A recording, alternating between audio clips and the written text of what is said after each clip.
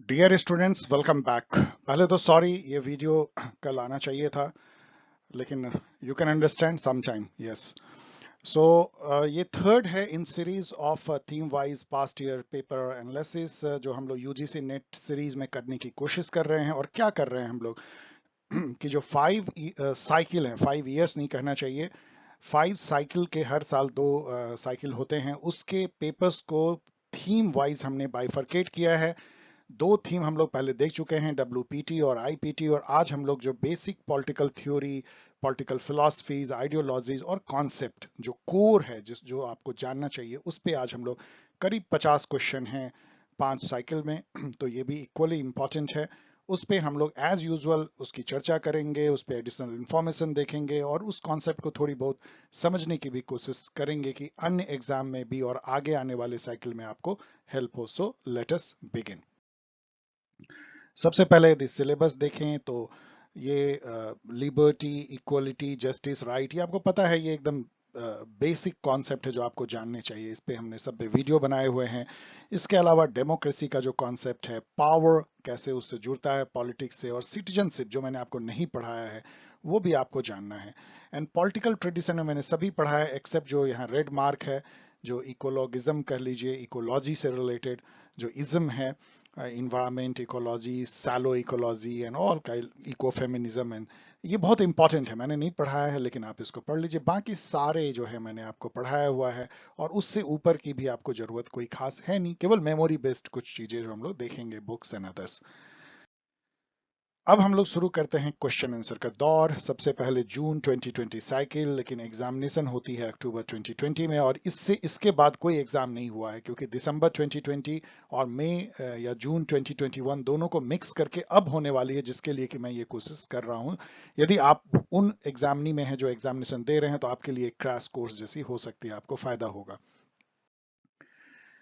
सबसे पहले जो पहला क्वेश्चन है, all aspects of luck including natural ability should be irrelevant to distributive justice. इसका मायने क्या है?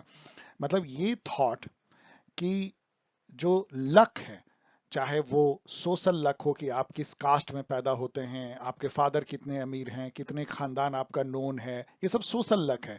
नेचुरल लक है कि आप कितने टॉल हैं, कितने हैंडसम हैं, आपके बाल का कलर कैसा है, आपकी जनरल आपका गर्थ जो है वो कैसा है, ये सब सुंदर हैं और सुंदर हैं, ये सब नेचुरल लक है।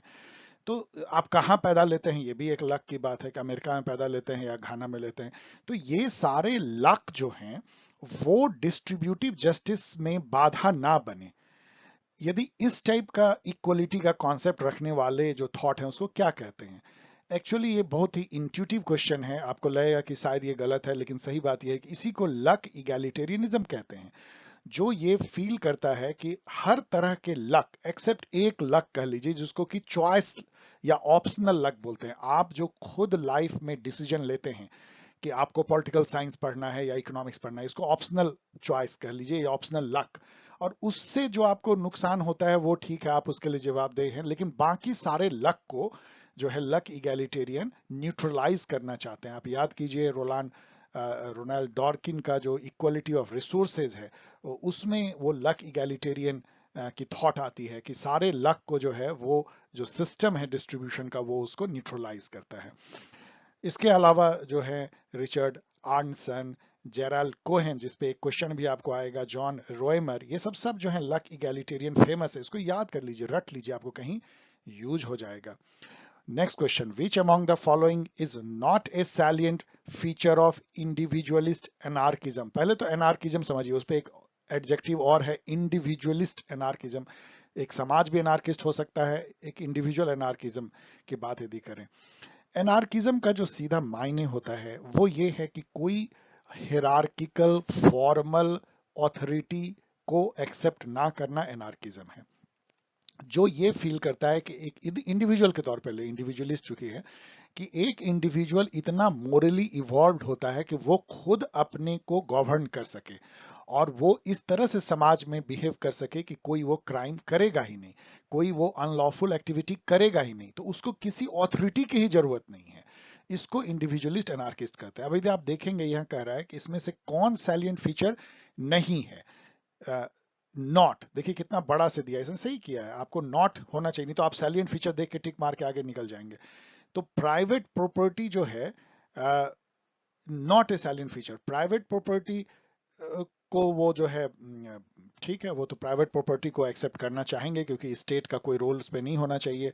अल्ट्रा लिबरलिज्म की तरफ भी वो जाएगा कि कोई टैक्स ना लगाए, कोई हमारे ऊपर बंधन ना हो, स्टेट बिल्कुल समझिए मिनिमलिस्ट टाइप का, एकदम मतलब अननेसेसरी इविल टाइप का। एंड सिविल डिसोबीडियंस भी करेंगे, यदि कोई अथॉरिटी है तो उसके कोई भी बात यदि गलत होगी तो उस पर हम आंदोलन करेंगे, ये भी है। लेकिन ऑर्गेनिज्म जो है, ऑर्गेनिसिज्म क्या होता है? ऑर्गेनिसिज्म का पॉलिटिकल थ्योरी में मतलब ये है कि समाज को एक ऑर्गन की तरह मानना, जो जैसे एरिस्टोटल मानते थे, जैसे हेगल मानते थे, जैसे कंजर्वेटिव थिंकर मानते हैं।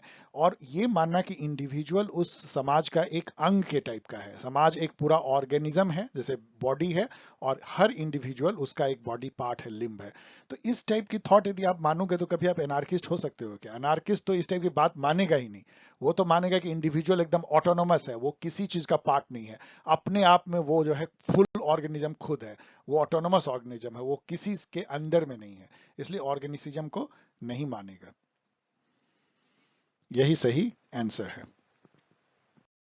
The theory that the earth is best understood as a living entity that acts to maintain its own existence is known as, अब ये थोड़ा मैं इसको डिफिकल्ट इसलिए कह रहा हूं, लेकिन यदि आपने इकोलॉगिज्म पढ़ा है इसमें है मतलब सिलेबस में, तो आप गैया हाइपोथेसिस को मिस नहीं कर सकते हैं। गैया जो है, गैया अब जैसे भी मैं प्रोनाउंस कर रहा हूं, ये एंशियंट ग्रीक जो है गॉड ऑफ अर्थ है, मतलब कि जमीन की देवी से, हम लोग यहाँ धरती माता जैसे बोलते हैं उसी तरह गैया है। तो गया हाइपोथेसिस ये है कि अर्थ का जो बायोस्फीयर है, लिथोस्फीयर है, एटमॉस्फेयर है, ये सारा जो एस्फेयर है वो मिल के ना एक ऑर्गेनिज्म टाइप का बनता है, जैसे एक ह्यूमन है, और वो सेल्फ सस्टेनिंग है। वो उसमें यदि कोई उथल पुथल आती भी है तो वो निगेटिव फीडबैक लूप से जो है वो अपने को मेंटेन कर लेता है, बैलेंस। तो एक तरह का ये जो है सांस लेता हुआ, धड़कता हुआ, ये अर्थ और उसकी जो जितनी सिस्टम है वो मिलके एक ऑर्गेनिज्म बनाते हैं, जो कि एक सिस्टम है, सेल्फ सस्टेनिंग सिस्टम जो अपने को मेंटेन करता है। ये गया हाइपोथेसिस है। तो ये आपको क्वेश्चन इकोलॉजिज्म से है, याद रखिएगा। हेजोमनी रेफर्स टू, अब हेजोमनी जो है ग्रामस्की के हेजोमनी से लिया गया है, मैंने आपको बहुत डिटेल में भी पहले बताया है। तो यहाँ पे आपको मैं एक टिप्स देना चाहता हूँ जो कि बहुत ऑब्वियस है। अब आप देखिए, ये छोटा स्टेटमेंट, ये छोटा स्टेटमेंट, ये छोटा स्टेटमेंट, और ये कितना बड़ा स्टेटमेंट। अब ये तो ना आप मतलब बिल्कुल पढ़े भी नहीं तब भी आप इसको ठीक मार सकते हैं कि यही सही होगा, क्योंकि इतनी कंजूसी की है सेटर ने अपना दिमाग लगाने में ना। तो अब देखिए क्या है, hegemony refers to the capacity of bourgeoisie capitalist class to displace rival views or ideas and become in effect the common sense of the age। इसका मतलब कहने का क्या है कि हेजमनी या कल्चरल हेजमनी जो है वो मैन्युफैक्चरिंग ऑफ कॉन्सेप्ट है।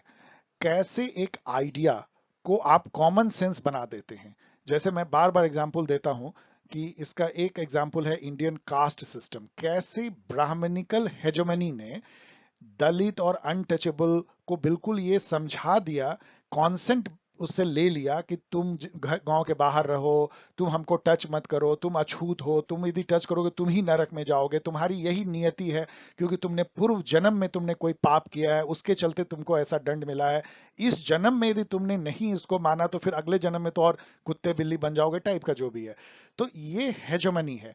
वही हेजमनी को जब वो मार्क्सिस्ट व्यू में लाते हैं तो ब्राह्मण के बदले आप बोर्जोजीज कह लीजिए, और वो अपने आइडियाज को कैसे थोप करके एक ऐसा माहौल बना देते हैं, और वो कैसे इस आइडिया को कॉमन सेंस बनाते हैं जैसे ब्राह्मण ने बनाया, through literature, through TV, media, popular जो मूवी है, न्यूज़पेपर, पॉपुलर जो डिस्कोर्स है, जो बयान है, ओपिनियन लीडर हैं, थिंकर हैं, उन सब से एक ही बात को यदि आप बार बार कहलाएंगे तो जितनी मासेज है उसमें वही बात को मान लिया जाएगा कि सत्य है, जबकि सत्य है नहीं, उसको आपने क्रिएट किया है। तो ये हेजेमनी है। Which one of the following is not a theory or model of representation? अब यहाँ पे ये डेमोक्रेसी का क्वेश्चन है आपको, और यहाँ पे डेमोक्रेसी में आपको पता है कि अभी की जो डेमोक्रेसी है वो एक्चुअल में रिप्रेजेंटेटिव डेमोक्रेसी है, जिसको कि हंसते थे रूसो और कहते थे कि इंग्लैंड के लोग सोचते हैं कि वो डेमोक्रेटिक रूल में रह रहे हैं, फ्री है। वो कोई फ्री नहीं है। जिस दिन वो केवल वोट देते हैं उस दिन ही फ्री है, बाकी 5 साल के लिए वो कोई फ्रीडम उनकी नहीं होती है। तो ये रिप्रेजेंटेटिव डेमोक्रेसी पे एडमंड बुर्क ने भी बहुत सारा काम किया था। उन्होंने कुछ मॉडल निकाले थे, उसमें से एक उनका मॉडल है ट्रस्टीशिप मॉडल। फिर दूसरा उसके अपोजिशन में डेलीगेट मॉडल है रिप्रेजेंटेशन का, और फिर मैंडेट मॉडल है। ये कोई मॉडल नहीं है। तो सही आंसर तो चलिए कंसेंसस है, ट्रस्टीशिप, डेलीगेशन, मैंडेट, ये सब मॉडल रिप्रेजेंटेशन। एक एक लाइन में समझ लीजिए क्या है। ट्रस्टीशिप मॉडल ये कहता है, जो एडमंड बुर्क का मॉडल है, कि जो रिप्रेजेंटेटिव होते हैं, जैसे आपके एमपी हैं या एमएलए हैं, वो मेयर आपका डेलीगेट नहीं है, आपके वो सीधे आपके बात को पहुंचाने वाले नहीं है, कोई आपके वाहक या दूत नहीं है। वो एक इंडिपेंडेंट थॉट रखने वाले, पूरे कंट्री के बारे में सोचने वाले एक ट्रस्टी हैं आपके आपके मतलब इंटरेस्ट को प्रोटेक्ट करने वाला एक ट्रस्टी, जो ऑटोनोमसली एक्ट करेगा पार्लियामेंट में और पूरे कंट्री के लिए सोचेगा। ये ट्रस्टीशिप मॉडल है, जिसमें कि रिप्रेजेंटेशन को बहुत ऑटोनॉमी मिलती है। डेलीगेशन मॉडल तो उल्टा है, आप डेलीगेट हो, आप दूत हो, बस आप वाहक हो, जो आपका कंस्टिट्यूंसी कहता है बस वही करना होगा। बहुत लिमिटेड पावर है, मेन पावर पीपुल के पास में है। और मैंडेट जो है वो तो जैसे कि अभी के डेमोक्रेसी में मैंडेट होता है, मतलब रिप्रेजेंटेटिव को एक पार्टी का मैंडेट है। आपको हमने चुना ही नहीं है, आप बीजेपी के पार्टी हो, आपको इलेक्शन मैनिफेस्टो में जो लिखा था उस बेसिस पे हमने ठप्पा लगाया एक पर्टिकुलर सिंबल पे। आपको हम नहीं जानते, आप अपने पार्टी का जो है मैंडेट, आप अपने पार्टी का जो इलेक्शन मैनिफेस्टो है, जो गाइडलाइन है, जो आइडियोलॉजी, उसको पूरा करो, बस मैं ये चाहता हूं आपसे। ये मैंडेट है, तो ये बहुत लिमिटेड कर देता है। तो ये तीनों मॉडल समझ लीजिए, ये भी आपको मैंने बता दिया। नेक्स्ट क्वेश्चन आइए, the combination of liberal democracy and the market, दो को मिला दीजिए, लिबरल डेमोक्रेसी एंड मार्केट, तो क्या हो जाएगा? वो एक तरह का सोशल डेमोक्रेसी हो जाती है। Had drawn A finishing line in the history of political and social development. तो लिबरल डेमोक्रेसी एंड कैपिटलिज्म, जिसको बोलते हैं free market capitalism and liberal democracy, यही तो नियो लिबरलिज्म है जो अभी पूरी दुनिया में राज कर रहा है। मैंने सोशल डेमोक्रेसी बोला, वो उसका दूसरा पार्ट है, अभी यहाँ इसको नियो लिबरल मानिए जो है भी। तो ये बात कि लिबरल डेमोक्रेसी और फ्री मार्केट इकोनॉमी या कैपिटलिज्म जो है, ये सोशल एंड पॉलिटिकल एरिना में ये अल्टीमेट है, मतलब अब इससे ऊपर ह्यूमन का कोई थॉट प्रोग्रेस नहीं कर सकता है। ये एंड ऑफ हिस्ट्री है। ये आपको पता है मैं कहाँ इंडिकेट कर रहा हूं? Francis Fukuyama, end of history and the last man, इन्होंने लिखा था। अब यहाँ पे आप दूसरे को भी याद कर लीजिए, सैमुअल हंटिंगटन, इन्होंने क्लास ऑफ सिविलाइजेशन लिखा, जिसमें उन्होंने कहा कि अब अगली वॉर जो है नेशन स्टेट के बीच में नहीं होके कल्चर या सिविलाइजेशनल वॉर होगी।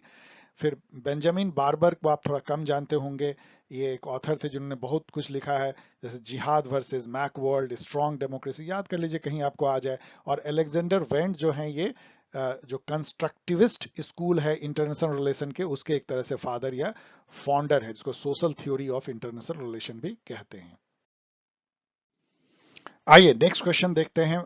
Who among the following is not a key figure of conservatism? ये मैं रिपीट कर रहा हूँ इसलिए मैं इसमें नहीं, आपको पता है कि जो कंजर्वेटिज्म यदि आप देखिए तो हैक, बुर्क और ऑक्सफोर्ड को लेंगे, टीएच ग्रीन को हम नहीं, वो मोरल इथिकल थिंकर हैं। लिबरलिज्म और मतलब इंडिविजुअलिज्म और सोसाइटल कॉमन गुड का एक अजीब सा मिश्रण, एक मोरल वे में, ये टीएच ग्रीन को आप कह सकते हैं, ये कंजर्वेटिव नहीं कह सकते।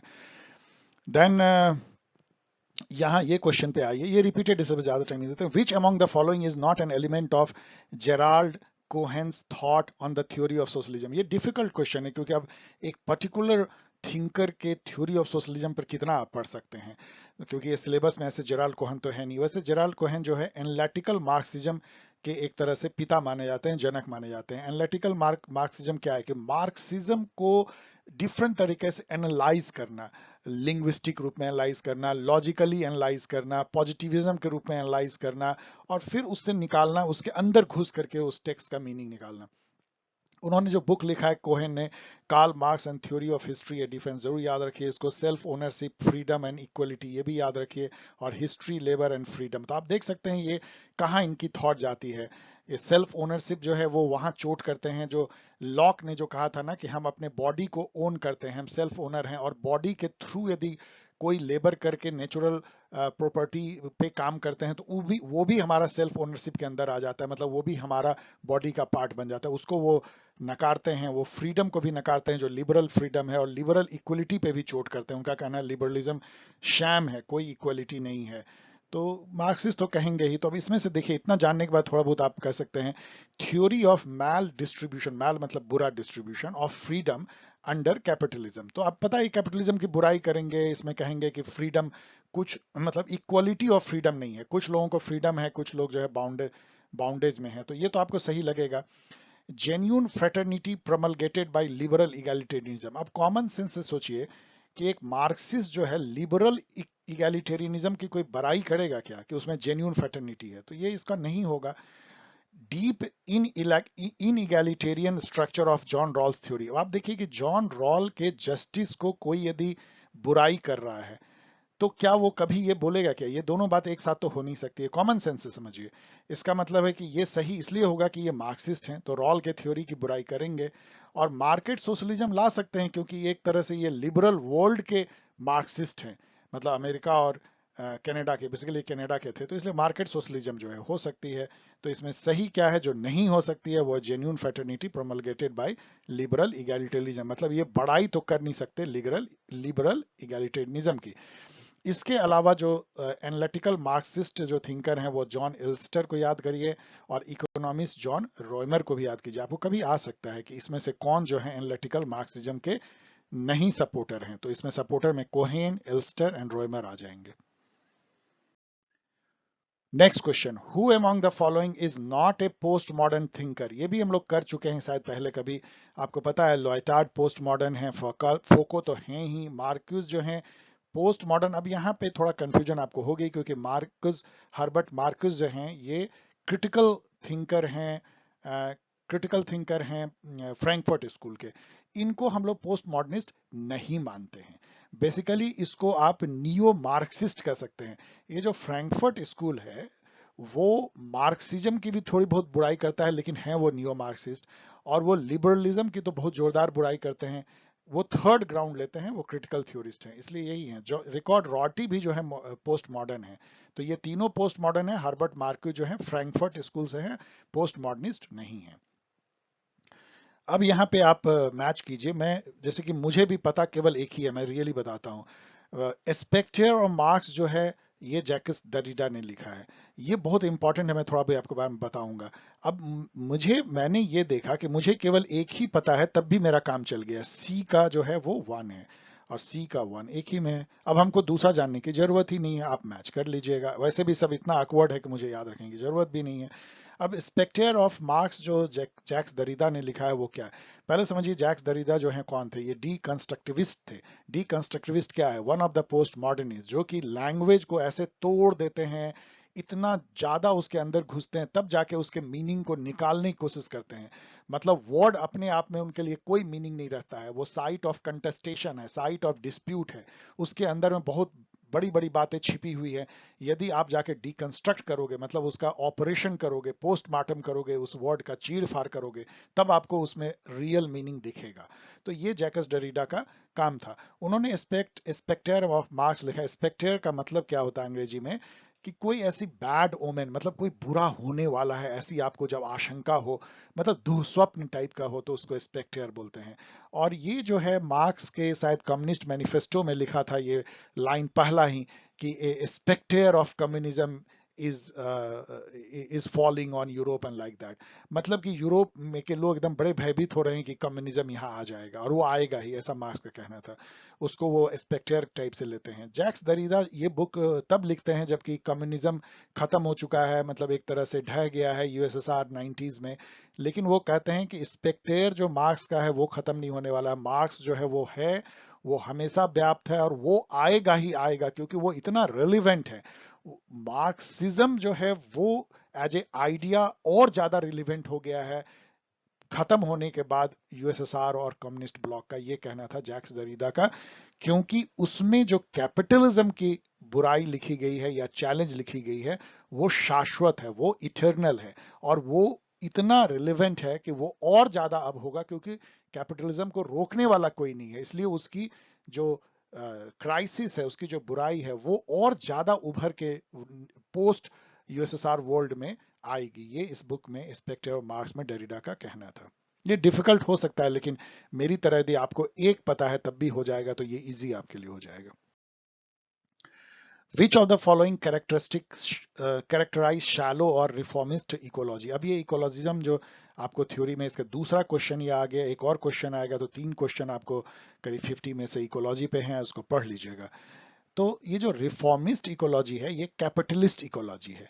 जो ये सबसे अच्छा ये है कि it consider damages to environment as an externality और सोशल कॉस्ट। ये कहते हैं भाई देखो, डेवलपमेंट करोगे, कार चलाओगे तो फॉसिल फ्यूल जलेगा, एसी चलाओगे तो इन्वायरमेंट में थोड़ा पॉल्यूशन तो होगा। तो जब भी कोई मजा वाला काम करोगे कैपिटलिज्म का, तो उसका सोशल कॉस्ट जो है आपको इकोलॉजी को थोड़ा बहुत डैमेज करके देना होगा। ये सही है। इसके अलावा ये कहते हैं कि चलो रिकंसाइल करते हैं इकोलॉजी को कैपिटलिस्ट मॉडर्निटी से, मतलब दोनों को हैंड इन हैंड, थोड़ा सा रक्षा भी करो, साइंटिफिक वे में कुछ न्यू मतलब टाइप ऑफ एनर्जी डेवलप करो जो गंदा न फैलाए, फॉसिल फ्यूल को कैसे रिप्लेस करें, इन सब का टेक्नोलॉजी से ही उसका हेल्प करो, और डेवलपमेंट भी करो, सस्टेनेबल डेवलपमेंट करो। It recognises limit to growth. ये जो है ये भी मानता है कि हाँ, मतलब कि ग्रोथ का भी एक लिमिट तो है ही ना, ऐसा तो है नहीं कि ऐसा नहीं है। लेकिन अब यहां देखिए, it rejects all form of anthropocentrism embracing ecocentrism. कभी ऐसा नहीं होगा। इकोसेंट्रिज्म जो है वो शैलो इकोलॉजी नहीं होगी, वो डीप इकोलॉजी हो जाएगी, जब आपका इकोलॉजी ही सब कुछ है। एंथ्रोपोसेंट्रिज्म क्या है कि आप ह्यूमन को सेंटर में रख के जब इकोलॉजी की चर्चा करते हो तो एंथ्रोपोसेंट्रिज्म होता है, और ये शैलो इकोलॉजी वही काम करता है। इसके लिए नेचर से भी बड़ा इंडिविजुअल का रिक्वायरमेंट है, एक ह्यूमन है, एंथ्रो है, तो इसीलिए ये गलत है। तो अब यदि ये गलत है तो इसमें से कौन कौन सही हो जाएगा? ए बी डी सही हो जाएगा, तो ये सही हो जाएगा। अब देखिए, स्टेटमेंट टाइप क्वेश्चन आपको पता है, इसमें 4 ऑप्शन होते हैं, दोनों स्टेटमेंट सही, एक स्टेटमेंट सही, दूसरा मतलब दोनों स्टेटमेंट सही, दोनों स्टेटमेंट गलत। ये तो 2 हो गया, एक सही दूसरा गलत, दूसरा सही पहला गलत। ये जो 2 और अदर ऑप्शन होते हैं, इजी होता है, रीजन एजर्सन से एटलीस्ट इजी है। स्टेटमेंट 1 क्या है? Social democracy combines elements of liberalism and socialism to reconcile freedom and equality. एकदम ये बिल्कुल सही है। सोशल डेमोक्रेसी यही काम ही करता है कि ये लिबरलिज्म और सोशलिज्म को कंबाइन करता है, जहां इक्वलिटी जो है वो सोशलिज्म का कोर थॉट है, लिबरलिज्म जो है वो फ्रीडम और लिबरलिज्म से जुड़ता है। इन दोनों को जब कंबाइन करते हैं सोशल डेमोक्रेसी बनती है, जो इंडिया ने भी अपनाया आजादी के बाद। सेकंड स्टेटमेंट है, the social democratic regime use the system of neo corporatism wherein policy making involves the state, labour and businesses. ये भी सही है। अब आपको नियो कॉर्पोरेटिज्म नहीं पता हो शायद, तो आप जान लीजिए क्या है कॉर्पोरेटिज्म, पहले समझिए क्या है। इसका कॉरपोरेशन से कोई नाता नहीं, मत समझिएगा कोई कंपनी और कॉरपोरेशन से नाता है। इसका मतलब यह है कि समाज में डिफरेंट डिफरेंट जो काम करने वाले जो ग्रुप हैं, professional like doctor, engineer, then carpenter, and मान लीजिए गोल्ड स्मिथ, इन सब गिल्ड समझ लीजिए, उसको कॉर्पोरेट कहते हैं। वो सब में पावर यदि डिस्ट्रीब्यूटेड हो, वो भी पॉलिसी मेकिंग में उनका रोल हो। गवर्नमेंट जो है कोई पॉलिसी मान लीजिए बनाती है कोई किसान के लिए, तो जो किसानों का जो एक यूनियन है उसको बुला के पॉलिसी मेकिंग में बात करती है। लेबर के बारे में कोई लॉ बुलाती है तो अपने से नहीं करती है। ये नहीं कि सारे सभी लेजिस्लेशन मिले और बस कर दिया, लेबर यूनियन को पता भी नहीं है क्या पॉलिसी बन रहा है, ऐसा नहीं। कॉर्पोरेटिज्म में पावर एक तरह का पॉलियार्ची जैसा है, लेकिन इंस्टीड ऑफ डिफरेंट ग्रुप्स जो रिप्रेजेंट करते हैं एक पर्टिकुलर प्रोफेशन के ग्रुप को, उनमें पावर थोड़ा डिस्ट्रीब्यूटेड है और पॉलिसी मेकिंग में उनको बुलाया जाता है। तो स्टेट, लेबर, बिजनेसेस, ये सारे जो है मिल करके पॉलिसी जो बनाते हैं, तो इसको कॉर्पोरेटिज्म कहते हैं। उसी का नया फॉर्म जो है नियो कॉर्पोरेटिज्म है।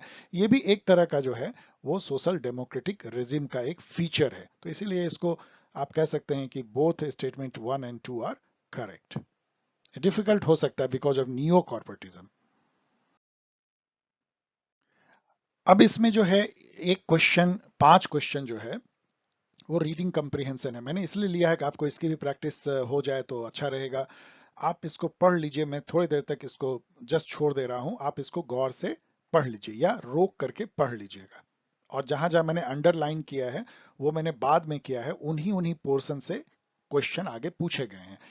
अब इसमें एक बात ध्यान रखने की है, जो मैं टिप्स बताता हूं ऑलवेज, कि पहली बार इसको जल्दी जल्दी पढ़िए, मतलब जैसे ये इतना लंबा है तो इसको 1 मिनट से अधिक आपको टाइम नहीं लगना है, पूरा पढ़ लीजिए और फिर क्वेश्चन पे जाइए एक एक पे और याद कीजिए करे ये तो वो थर्ड लाइन में था, और फिर लौट के आइए और उसको गौर से पढ़िए, उस समय में गौर से पढ़िए, सेकेंड टाइम या थर्ड टाइम, पहली बार नहीं। तो इसको हमने हड़बड़ी में पढ़ लिया, अब हम लोग क्वेश्चन देख रहे हैं। ये रिप्रेजेंटेशन पे, अभी जैसे आपने देखा कि trusteeship model, delegate model, mandate model, उसी पर ये लिखा गया है कि लिबरल डेमोक्रेसी में रिप्रेजेंटेशन के क्या मायने हैं और कैसे पब्लिक जो है निराश हताश भी होती है, और ग्रीक के टाइम में रिप्रेजेंटेशन के क्या मायने थे, ये सब सारी बातें इस पे लिखी हुई हैं। चलिए पहला क्वेश्चन देखते हैं, विच of the following is reflected in the phenomena of representation. अब मैं आपको बैक तो जा नहीं सकता, पढ़ा सकता हूं, तो आप क्या कीजिएगा कि सामने क्वेश्चन पेपर रख लीजिए और फिर इसको देखिए, क्वेश्चन में आपको दिखेगा। तो वहां पे आपको ये लाइन जो है ना, ये आपको दिखेगी कि great hopes during an election campaign. ये मतलब कि यही रहता है बेसिकली, जब आप इलेक्शन होती है तो कितना लोग खुश होते हैं, उनको लगता है कि हमारे हाथ में पावर है, जो हमारा रिप्रेजेंटेशन होगा वो हमारी तकदीर बदल देगा, ग्रेट होप होता है। बाद में सभी निराश होते हैं। ये उसमें लाइन लिखा हुआ है, बहुत आसान है, आपको यही लाइन ही लिखी हुई है कि what is the phenomena reflected in the representation phenomena, जो what is the obvious outcome of an election, ये भी उसमें लिखा हुआ है कि इलेक्शन के बाद जो है ये सब नहीं होता है, कैरियर ऑफ ए लीडर कोई मतलब नहीं है, मिनिस्ट्रियल बर्थ और पॉलिटिशियन थोड़ी जरूरी है कि हर रिप्रेजेंटेशन मिनिस्टर बन जाएगा, future prospect of budding active सब कुछ नहीं है, ऑफिस ऑफ रिप्रेजेंटेटिव बनता है। मतलब जैसे ही आपका इलेक्शन होता है इंडिया में भी, तो क्या होता है, एक एमएलए एमपी उसका एक ऑफिस बन जाता है। अमेरिका से ये लिया गया है, अमेरिका में तो बिल्कुल ऑफिस ऑफ रिप्रेजेंटेटिव बड़ा सा लिखा रहता है, ऑफिस ऑफ द कांग्रेस। यहाँ पे तो ठीक है, उसका घर पे ही ऑफिस बन जाती है, लेकिन वहां पे उसके कंस्टिट्यूंसी के लोग जाते हैं, पॉलिसी मेकर जाते हैं, तो ऑफिस ऑफ ए रिप्रेजेंटेटिव का बर्थ होता है आफ्टर इलेक्शन, ये भी लिखा हुआ है उसमें। Athenian and Aristotelian understanding of democratic democracies mean, ये भी उसमें लिखा हुआ है, कोई बड़ी बात नहीं है, एकदम आसान क्वेश्चन ये सब है। यहाँ पे ये लिखा हुआ है कि political order depends on the deliberative power of citizen. मतलब ये है कि सिटीजन जब डेलिब्रेट करते हैं, पॉलिसी मेकिंग में भाग लेते हैं, तो वही डेमोक्रेसी है। जब सिटीजन को ये पावर होता है कि वो रूल भी कर सकें और रूल्ड भी हो सकें, मतलब उनको पॉलिटिकल ऑफिस में भी आने का उतना ही हक है जितना कि उनको बीइंग रूल्ड उनकी मतलब ऑब्लिगेशन है। तो ये मतलब सिटीजन का का रोल होता है डेमोक्रेसी में, पार्टिसिपेटिव डेलिब्रेटिव, यही एथेनियन मानते थे, इसी को डायरेक्ट डेमोक्रेसी कहते हैं। What takes place above the head and behind the back of people, यहाँ पे इस पैराग्राफ में ये कहता है कि पीपल बेचारे तो एक बार अपने रिप्रेजेंटेटिव को चुन करके वो खुश हो जाते हैं, लेकिन उनके पीठ पीछे कितनी गेम खेली जाती है, और जो डिसीजन लिए जाते हैं पार्लियामेंट में वो कितना कंप्रोमाइज होता है, और कितना डिफरेंट होता है जो वो प्रॉमिस करते हैं, तो वो पीपल के पीछे ये सब गेम होता है। तो मतलब एक तरह से लेजिस्लेटिव कंप्रोमाइजेज जो होते हैं, पार्टी पॉलिटिक्स को कहते हैं, वो उनके पीछे पीठ के पीछे खेला जाता है, ये भी कहा गया है। Why could have representatives felt proud of what they accomplished, लेकिन कहता है इन सब कमियों के बावजूद भी जो रिप्रेजेंटेटिव होते हैं वो बहुत ही एक प्राउड फील करते हैं कि उन्होंने कुछ ऐसे लेजिस्लेटिव एरिना में ऐसे डिसीजन लिए जो कि कंप्रोमाइज पे बेस्ड है, मतलब कि वो उन्होंने थोड़ी बहुत अपनी पार्टी लाइन को छोड़ा, दूसरे भी पार्टीजन बात मानी, और सबको मिला जुला, कंप्रोमाइज क्या होता है, मतलब सबकी बात को सुना गया। तो यहाँ पे लिखा हुआ है कि they made the decision that led to the compromise, या कंसेंसस कह लीजिए। तो ये सब जो है उसमें, वो लाइन ना मैंने अंडरलाइन कर दिया, उसमें पूरी ये इतना आसान है कि आप इसमें से 100% से नीचे कुछ भी नहीं ला सकते हैं, मेरा ये कहना है। यदि आप मेरे बात को मानेंगे, मतलब पहले गौर से 1 मिनट में जल्दी जल्दी पढ़ेंगे, फिर उसके बाद लौट के एक एक क्वेश्चन में जाएंगे, उस लाइन को खोजेंगे, पैराफ्रेज्ड होगा या लगभग वही लाइन होगा, और फिर यहाँ पे टिक मारेंगे। अब हम लोग डिस्कस करते हैं सेकंड साइकिल, जो दिसंबर 2019 साइकिल। आपने देखा होगा कि जून 2020 साइकिल में बहुत ज्यादा क्वेश्चन थे, बहुत ज्यादा, मे बी शायद 20 के आसपास, और आगे जो है क्वेश्चन बहुत कम हो जाते हैं। इससे क्या आपको एक लेसन मिलती है, टिप्स मिलती है कि पॉलिटिकल थ्योरी या कॉन्सेप्ट अब ज्यादा इंपॉर्टेंट होते जा रहे हैं, और मेरा ये मानना है कि इससे बहुत ज्यादा क्वेश्चन होने चाहिए, और कम क्वेश्चन होने चाहिए फैक्चुअल, जिसको इंडियन पॉलिटी बोलते हैं, tits bits, trivia, international relation के जो एग्रीमेंट एंड ट्रिविया, ये सब गलत क्वेश्चन है, वैसे कम होने चाहिए। अब आइए नेक्स्ट क्वेश्चन देखते हैं, दिसंबर 2019 साइकिल का तीसरा क्वेश्चन इकोलॉगिज्म पे है। वंदना शिवा किस फील्ड में जानी जाती है। तो ये इतनी बार आपने पीजी टेस्ट के दौरान, यदि आप मेरे साथ बने हुए हैं तो आपने देखा होगा इको फेमिनिस्ट हैं, तो सारे इको फेमिनिस्ट का नाम आप जान लीजिए, उनकी किताब भी वंदना शिवा का देख लीजिए। विच of the following freedom was not mention by Roosevelt. अब ये क्वेश्चन बहुत डिफिकल्ट मैंने इसलिए दिया है कि रूजवेल्ट ने एक भाषण दिया था जिसको state of the union address कहते हैं, लेकिन उसको नाम दिया गया स्पेसिफिक फॉर फ्रीडम स्पीच, जो 1941 में उन्होंने दिया था। इसके पहले जबकि अमेरिका वर्ल्ड वॉर टू में कूदा था, उसके पहले, तभी तक वो वर्ल्ड वॉर टू में नहीं था। इसके कुछ ही महीने बाद जो है पर्ल हार्बर पे जापान ने अटैक कर दिया और अमेरिका जो है वर्ल्ड वॉर टू में कूद पड़ा। लेकिन तब तक अमेरिका जो है एक तरह से मन बना चुका था वर्ल्ड वॉर टू में जाने का। जो इंग्लैंड के जो विंस्टन चर्चिल थे, उन्होंने इतनी बार विजिट की थी अमेरिका की, और पूरे अमेरिका में घूम घूम के उन्होंने अमेरिका की जो पॉलिसी थी आइसोलेशन की, उसको हटाने में बहुत बड़ा काम किया था। उनका कहना था कि अमेरिका एक मूक दर्शक नहीं रह सकता है, जबकि हिटलर और मुसोलिनी और फासिस्ट ताकतें जो हैं फ्रीडम और लिबरलिज्म को पूरी दुनिया में कुचल रहे हैं। अमेरिका जो है इतना बड़ा लंबरदार है फ्रीडम और लिबरलिज्म का, वो कैसे चुप रह सकता है। तो उसी के बैकग्राउंड में उन्होंने ये फोर फ्रीडम स्पीच दी थी। उन्होंने कहा था कि हमें रक्षा करनी होगी freedom of speech, freedom of worship, freedom from want. ये इतना आगे की बात थी, ये बाद में ह्यूमन सिक्योरिटी के फॉर्म में बन के आया, freedom from want, freedom from fear, मतलब ह्यूमन कैसे सिक्योर रहेगा, जो 1994 में जाकर के ये बात फिर से आई। और आज ह्यूमन सिक्योरिटी का ये कोर है फ्रीडम फ्रॉम वांट, मतलब इकोनॉमिक फ्रीडम कह लीजिए। तो ये जो चार फ्रीडम का जो स्पीच जो था उसमें, अब आप देख सकते हैं कि फ्रीडम ऑफ स्पीच था, वर्शिप था, फियर था, फ्रीडम अगेंस्ट एक्सप्लॉयटेशन नहीं था, यही इसमें सही है। तो ये एक अच्छी बात है, लेकिन बहुत डिफिकल्ट है कि आपको पता हो। Next question, the best propounder of pluralist theory of citizenship was. अब ये भी क्वेश्चन मैं डिफिकल्ट कैटेगरी में देता हूं। मैं डिफिकल्ट इसलिए मानता हूं कि मैंने आपको नहीं पढ़ा है सिटीजनशिप, लेकिन यदि आप सिटीजनशिप आपने पढ़ा है तो प्लूरिस्ट थ्योरी ऑफ सिटीजनशिप आप मिस नहीं कर सकते हैं। ये बीएस टर्नर ने दिया है। उन्होंने ये भी लिखा था, outline of A theory of citizenship in dimensions of radical democracy, pluralism, citizenship, community. तो आप देख सकते हैं कि प्लूरिस्ट थिंकर थे। इन्होंने इन्होंने मार्शल का जो एक तरह का सिटीजनशिप एज स्टेटस था, मार्शल सबसे बड़े सिटीजनशिप के एक प्रोपाउंडर हैं, उनकी थ्योरी को इन्होंने काटा था प्लूरलिस्ट एंगल से। प्लूरलिस्ट मतलब आपको पता है क्या है, जिसमें कि पावर जो है मल्टीपल ग्रुप एसोसिएशन में डिवाइडेड होती है। State is considered one of those association, सारे पावर स्टेट में ही निहित नहीं होते हैं। इसको एक तरह से आप पॉलीआर्ची कह सकते हैं। तो बीएस टर्नर जो है, उन्होंने प्लूरलिस्ट थ्योरी ऑफ सिटीजनशिप दिया। Who is the author of the book escape from freedom. अब ये जो है, ये बुक बहुत ही सेमिनल बुक है, आपको इस बुक के बारे में जानना चाहिए। इसको लिखा कौन है ये तो बाद की बात है। ये बुक अभी इतना रिलेवेंट है इंडिया में भी और पूरी दुनिया में भी। ये इस पे चर्चा करता है। इसको लिखने वाले एरिक फ्रॉम हैं। एरिक फ्रॉम जो हैं वो एक फ्रैंकफर्ट स्कूल के जो क्रिटिकल थिंकर है। आपने देखा है कि उसमें मार्क्यूस भी हैं, हैबरमैस भी हैं, फ्रॉम भी हैं, हॉकहैमर हैं, बहुत सारे और आप उसका नाम रट सकते हैं, मैंने कई जगह दिया है। फ्रैंकफर्ट स्कूल के जो 10 थिंकर हैं उसका नाम याद कर लीजिए, आपको बहुत हेल्प होगा। वो लोग, फिर से मैं बोल रहा हूँ, वो नियो मार्क्सिस्ट कहे जा सकते हैं।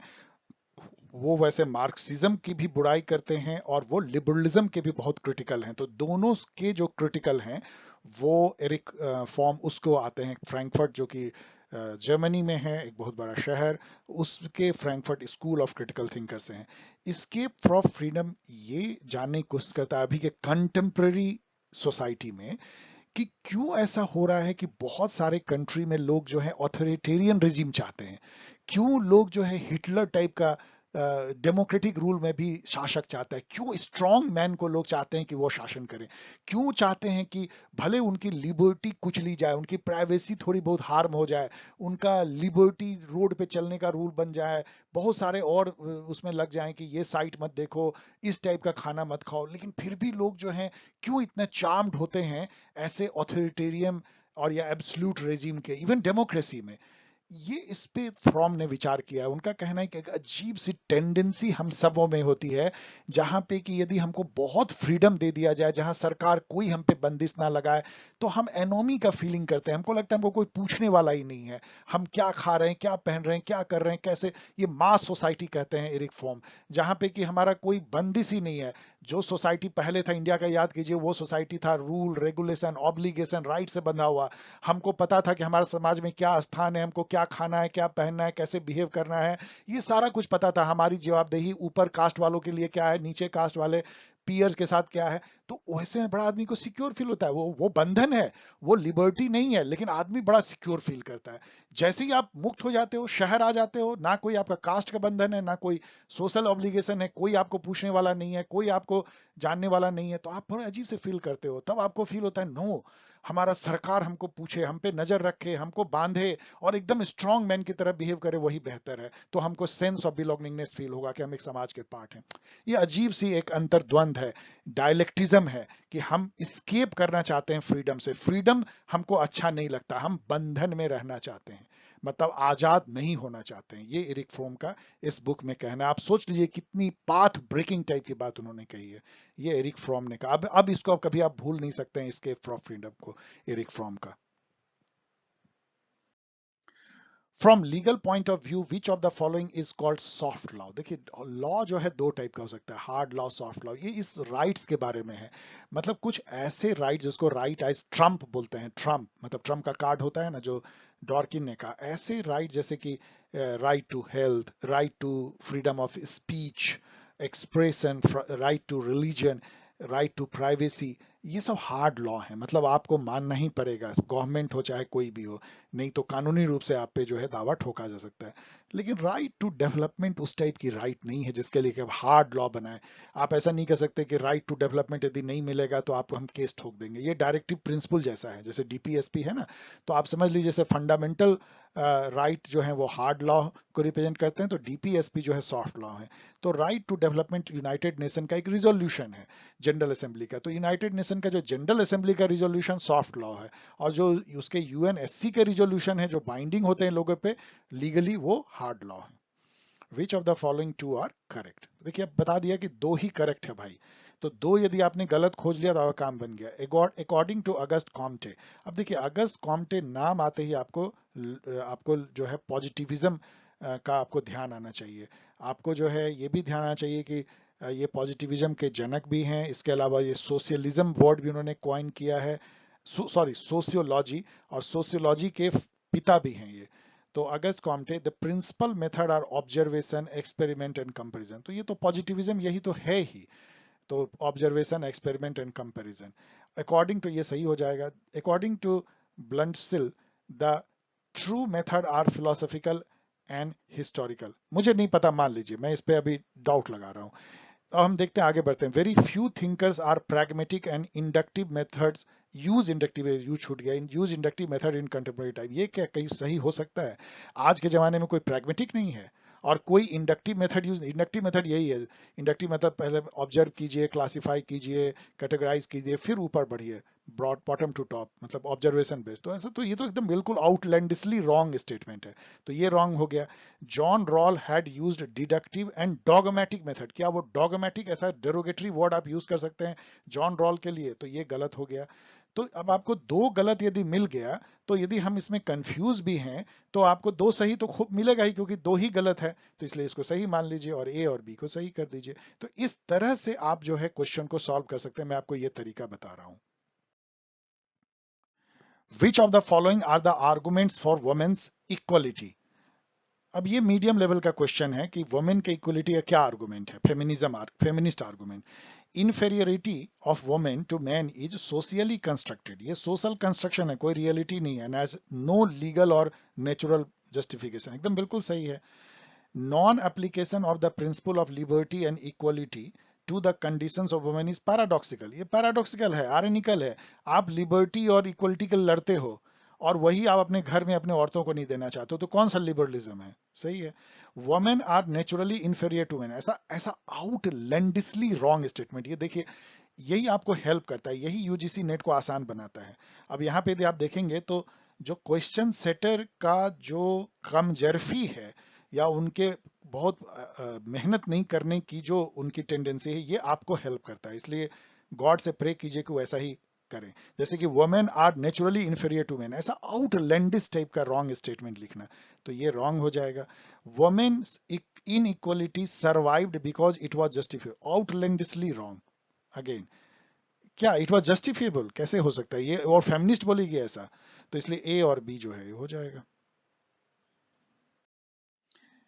Next question, which of the following two are correct. फिर ये पहले से बता दिया कि भाई दो ही करेक्ट है, यहाँ भी दो दो दो है, तो हमको दो इनकरेक्ट मिल जाएगा तो हम तो मान लेंगे। The declaration on right to development was adopted by general assembly 1986। अभी आपने देखा कि राइट टू डेवलपमेंट एक सॉफ्ट लॉ है जो जनरल असेंबली ने अडॉप्ट किया है, तो चलिए ठीक है, इसको मान लीजिए। This is an inalienable human right, इसको मान लीजिए हम क्वेश्चन मार्क करते हैं। इनएलिनिएबल ह्यूमन राइट का मतलब यह है कि ऐसा राइट जिसको छीना नहीं जा सकता है, इनएलिनिएबल। It found no place in the 1993 Vienna Declaration and Program of Action। अब ऐसा ये है कि नो प्लेस, इतना हार्ड आप सेंटेंस बोलोगे क्या कि एक पर्टिकुलर बात कह रहे हो, यदि आपको नहीं कहना था तो नो, तो इसलिए ये अपने आप में गलत है। ऐसा नो प्लेस, आप वियना डिक्लेरेशन में क्यों उसका जिक्र नहीं होगा? नो प्लेस का क्या मतलब है? In 1990, the Commission of Human Rights established a working group to monitor its progress। I don't know। अब इन दोनों में आपको चुनना है, ये दोनों मान लीजिए कि डाउटफुल हैं, तो इसमें ज्यादा ये लगता है ये स्पेसिफिक इंफॉर्मेशन है, ये जनरल है, तो इन दोनों में जब भी तुलना करना हो तो ज्यादा सही जो है जनरल स्टेटमेंट को मानिए, तो ये जनरल स्टेटमेंट है। तो चलिए ठीक है, क्योंकि इनएलिनेबल में मैं इसलिए हिचक रहा हूं कि यदि ये इनएलिनेबल ह्यूमन राइट है तब तो ये राइट टू स्पीच जैसा हो गया, तब तो ये हार्ड लॉ हो सकता है, इसलिए मैं थोड़ा कंफ्यूज कर रहा हूं। बट ठीक है, उतने अच्छे से तो ये लोग क्वेश्चन सेट करते नहीं है, तो ए और बी इसमें सही है। अब चलिए इसमें मैचिंग में गेम खेलते हैं। अब यहाँ पे यदि हम आए तो यहाँ देखिए, मैं जो जानता हूं कि वन डायमेंशनल मैन जो है हर्बर्ट मार्क्यूज ने लिखा है। ये one dimensionalism studies in the ideology of advance industrial society, ये जो हैं फ्रैंकफर्ट स्कूल के हैं मार्क्स, ये भी फ्रॉम भी उसी के हैं, तो ये यहाँ मैंने डाल दिया। इसके अलावा मैं ये भी जानता हूं, और चलिए इससे देखते हैं क्या होता है, डी का वन से कुछ बात बनती है क्या? तो डी के वन, वाओ, हमारा तो काम ही बन गया, और हमको कुछ जानने की जरूरत नहीं है, कोई जानने की जरूरत नहीं है। अब आगे देख लीजिए, अब मैच कर लीजिएगा। तो ये जो टिप्स है ना, ये बहुत बार काम करता है, याद रखिएगा इसको, बहुत हेल्प करेगा आपको। मतलब एक ऑप्शन आप जानते हैं तो सब ऑप्शन हो जाएगा, बाकी आप मिला लीजिएगा और रट लीजिएगा। यहाँ भी चलिए हम लोग गेम खेलते हैं। मैं जानता हूं कि नॉर्मेटिव स्कूल तो गांधी के साथ ही जुड़ सकता है इसमें से। नॉर्मेटिव मतलब क्या होता है? मॉरलिटी, वैल्यू, इथिक, क्या होना चाहिए, इस टाइप का थॉट नॉर्मेटिविज्म है। इसका उल्टा इंपेरिकल है, क्या है, क्या होना चाहिए नहीं, क्या है एक्चुअल में, वस्तु वस्तु स्थिति, in reality what is there, ये है इंपेरिसिज्म। फैक्ट, ऑब्जर्वेशन, ये सब जो है इंपेरिसिज्म है। तो नॉर्मेटिव स्कूल महात्मा गांधी है। स्ट्रक्चरल फंक्शनल अप्रोच आपको पता है कि आलमंड एंड पावल ने डेवलप किया था, तो स्ट्रक्चरल स्कूल ये है। अब ये दो को देखते हैं, बी का टू, तो बी का टू में ये भी है और बी का टू में ये भी है, तो दो हो गया हमने इससे, तो मतलब कि ये खत्म कर दिया। अब सी का थ्री, तो सी का थ्री यही केवल है, तो ये इसको टिक मार लिया, बाकी आप मैच कर लीजिएगा। तो साइकोलॉजिकल स्कूल जो है लर्नर में, टेक्नोलॉजिकल स्कूल एप्टर में, ठीक है, आप इसको आगे तो बस मैच करके याद कर लीजिए। अब ये पैसेज मैंने दिया है, इसको आप गौर से पढ़ लीजिए, ये बड़ा इंटरेस्टिंग है। ये पोस्ट मॉडर्निज्म पे एक छोटा सा पैसेज है, 5 क्वेश्चन है, तो आपको लगेगा कि वाह ये तो बड़ा आसान है, छोटे से पैसेज है, लेकिन इसमें 2 क्वेश्चन जो है वो बाहर से पूछा गया है, ये एक बहुत गलत है। आप इस पैसेज से क्वेश्चन यदि नहीं पूछना चाहते तो फिर आपको ये पैसेज के बेसिस पे पूछने का क्या मतलब है? इस पैसेज में पोस्ट मॉडर्निज्म क्या है, नहीं है, सब काफी चीजें दी गई हैं कि इट इज नॉट सिंपली, ये कॉग्निटिव फैक्टर को केवल एक्नॉलेज नहीं करता है, ये मानता है कि नॉलेज जो है वो पावर और पॉलिटिक्स का भी फंक्शन है, मतलब कि उसमें नॉर्मेटिविज्म भी है, पॉलिटिकल पावर है, पावर और नॉलेज नॉलेज का एक्स नेक्सस को जो है पोस्ट मॉडर्निज्म देखता है। Post modernist are critical of classical liberal as well as contemporary positivist, दोनों को ये काटता है, जो लिबरलिज्म है और जो कंटेम्प्रेरी इम्पेरिसिज्म है उसको भी काटता है। ये ऑब्जेक्टिव नॉलेज को बिल्कुल नकार देता है, ये नहीं मानता कि नॉलेज ऑब्जेक्टिव है, इनका मानना है कि नॉलेज सब्जेक्टिव है, जो जो जो जो सब्जेक्ट है, जो देखने वाला है उसके दिमाग में नॉलेज है, ये नहीं कि नॉलेज कोई ऑब्जेक्टिव ट्रूथ है जिसको जाके खोज लीजिएगा। ये साइंस के सुपेरियरिटी को भी नकारता है, मॉडर्निज्म को भी नकारता है।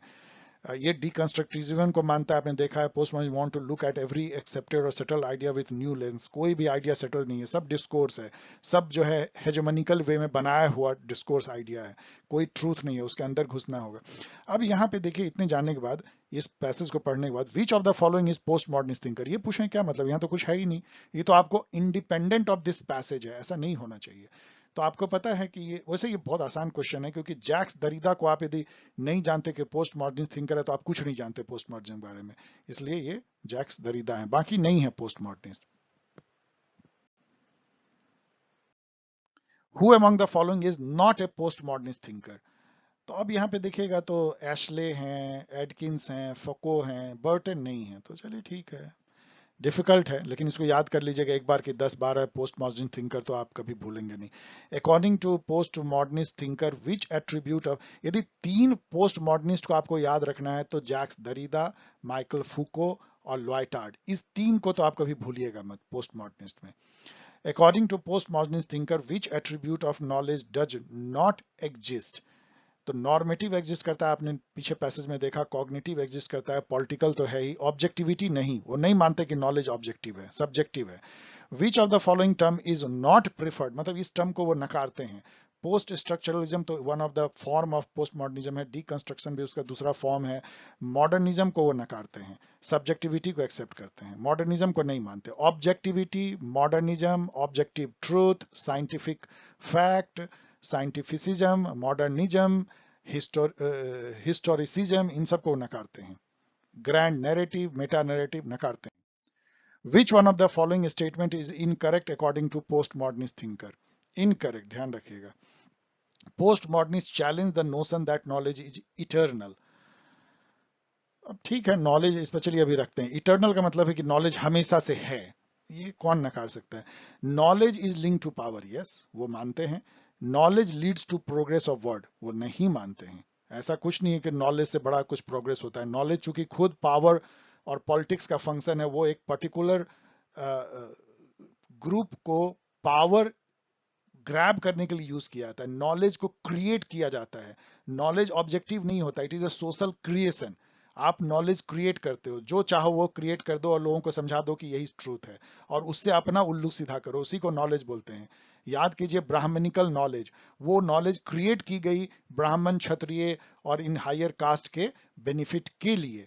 वो कोई ऑब्जेक्टिव ट्रूथ नहीं था, और उससे कोई प्रोग्रेस नहीं होता, हम पतन में भी गिर सकते हैं उस नॉलेज से। No knowledge is impartial, not at all, ये एकदम बिल्कुल मानते हैं। नॉलेज इम्पार्शियल नहीं होता है, नॉलेज पार्शियल होता है। नॉलेज क्रिएट किया जाता है फॉर ए पर्पस।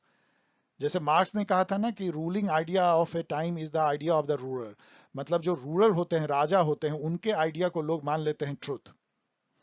तो एक ही बच गया जो कि ये है। तो ऐसे में ये गलत है, तो इसको मान लिया जाए कि ये मानते हैं कि नॉलेज इटर्नल है। नॉलेज तो हमेशा से रहा है, चलिए ठीक है, वैसे ये कंफ्यूजिंग वर्ड है। अब हम लोग आते हैं जून 2019। आपने देखा होगा कि बहुत ज्यादा क्वेश्चन जो है दिसंबर 2019 से भी थे, लेकिन अब क्वेश्चन की संख्या जो है कम होती जा रही है। इसका मतलब कि पहले जो है पॉलिटिकल थ्योरी कॉन्सेप्ट से कम क्वेश्चन पूछे जाते थे, अब ज्यादा पूछे जाते हैं, अच्छी बात है। Let us begin.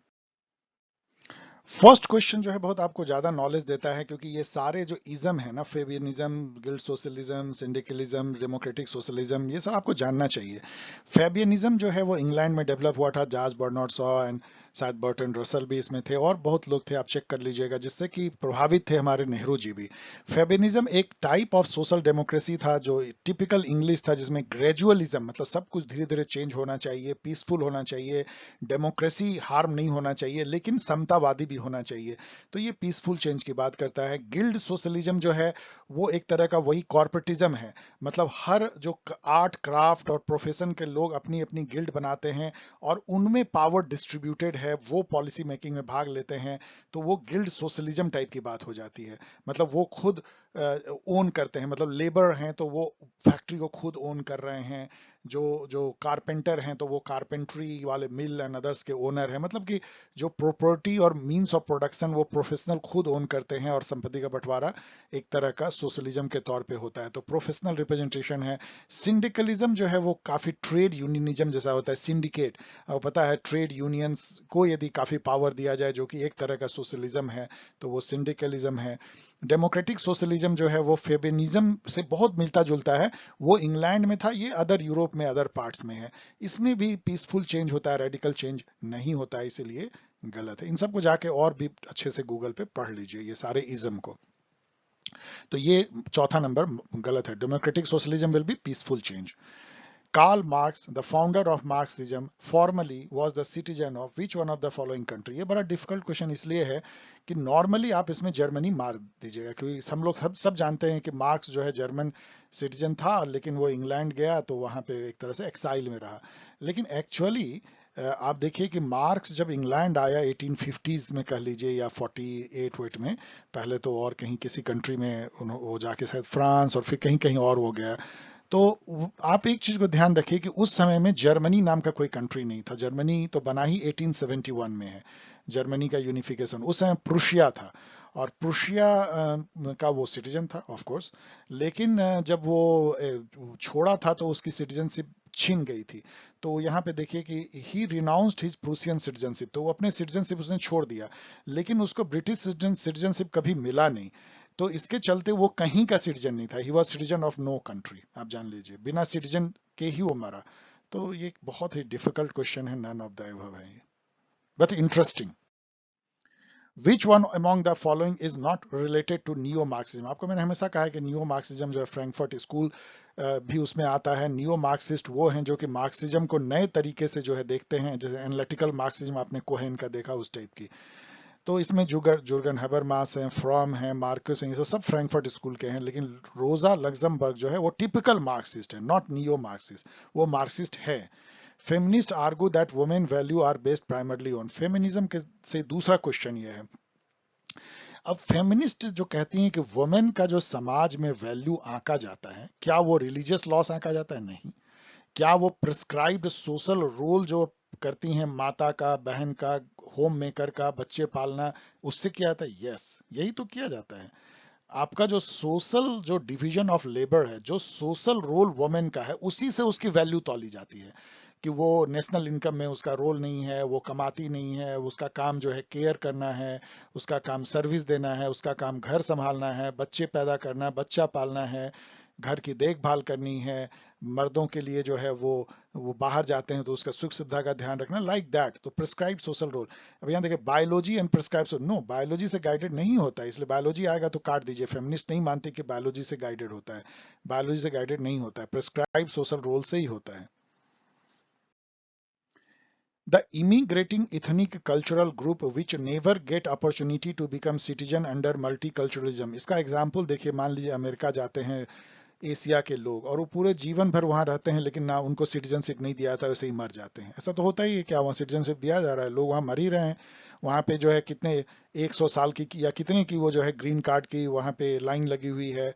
तो ऐसे में उन लोगों को क्या कहा जाता है जो इमिग्रेंट हैं और कभी सिटीजन नहीं बन पाते उस कंट्री के जहां वो जाते हैं?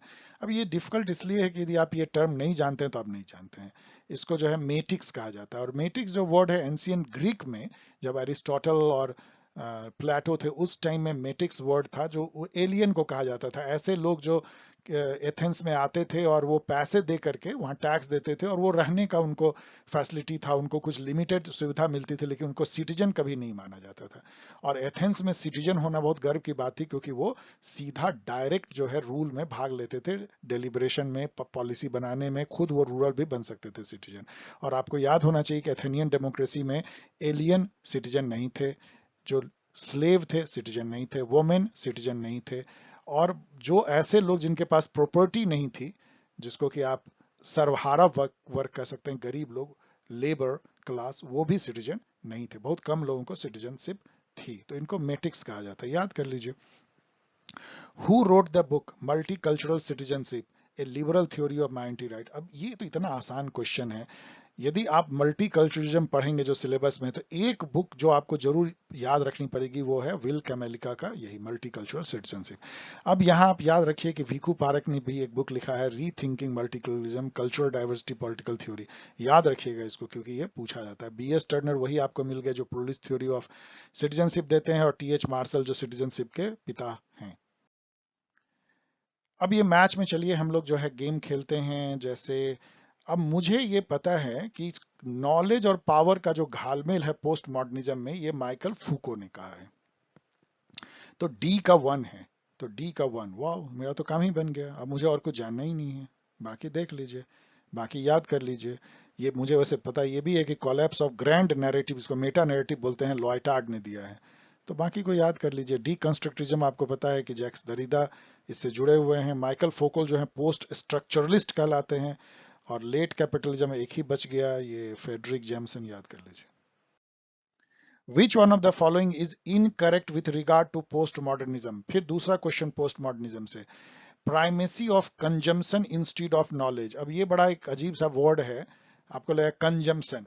कंजम्पशन मतलब कि नॉलेज से ज्यादा बड़ा चीज है कि प्रैक्टिकली आपको चीजों को सुलझाना, मतलब जो लाइफ में प्रॉब्लम आते हैं वो इंपॉर्टेंट है, ना कि अपने आप में नॉलेज। क्योंकि नॉलेज तो क्रिएटेड है, वो तो एक सोशल क्रिएशन है, उसको लेने से कोई फायदा आपको नहीं होगा, उसको आप खा पी नहीं सकते हो। तो ठीक है, मतलब एक अजीब सा है लेकिन ठीक है। Construction of deconstruction of totality, तो ये तो डीकंस्ट्रक्टिविज्म है, तो ये तो चलिए होगा ही। इनकरेक्ट है इसलिए अभी तक कोई इनकरेक्ट मिला नहीं है। कॉमनलिटी टू ग्रेटनेस, यही तो है ना कि ग्रैंड नैरेटिव, कुछ भी ग्रेट नहीं है, सभी ग्रेट को कॉमन बना देना, ग्रेट हिस्टोरी, ग्रेट स्टोरी को कॉमन स्टोरी बना देना, ग्रेट पीपुल को कॉमन पीपुल बना देना, ग्रेट आइडिया को कॉमन आइडिया बना देना, यही है। हिस्टोरिकल टेंडेंसी नहीं है, इसके अगेंस्ट में हिस्टोरिसिज्म जो है ना, मतलब एक तरह का हिस्टोरिकल डिटर्मिनिज्म की हिस्ट्री ही बताता है हमको कि कैसे होना चाहिए। हिस्ट्री एक लेबोरेटरी है आइडिया का, ऐसे हुआ है तो ऐसे होगा।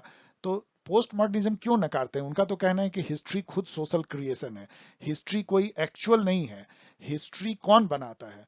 जो राजा होता है, जो रूल करता है, वो हिस्ट्री क्रिएट करता है, और वो उस ढंग से हिस्ट्री क्रिएट करता है कि आने वाला समय उसको उसी ढंग से देखे, उस काल को जैसा वो राजा चाहता है।